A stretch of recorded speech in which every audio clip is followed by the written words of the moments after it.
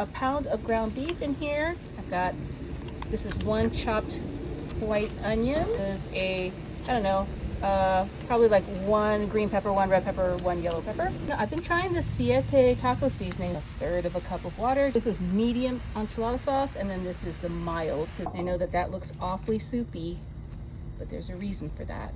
Yellow corn tortillas. These are the extra thin ones. You can get a 24. You're only going to use 16 of these. Dropping these right into the sauce. Combine it. Everything else. Just going to go ahead and dump this all into, or onto. Is it into? Onto. Adding some eggs. This last one. This Mexican style 4 cheese, then with the finely shredded. We're gonna put this in a 350-degree oven. Ooh, this is kind of warm. For about 15-20 minutes. Look at how it came out. Got little chopped cilantro, big slice. Slice.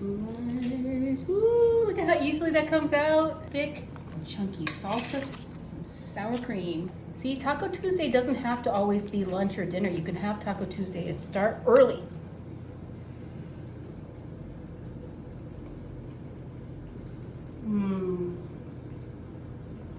It is so good.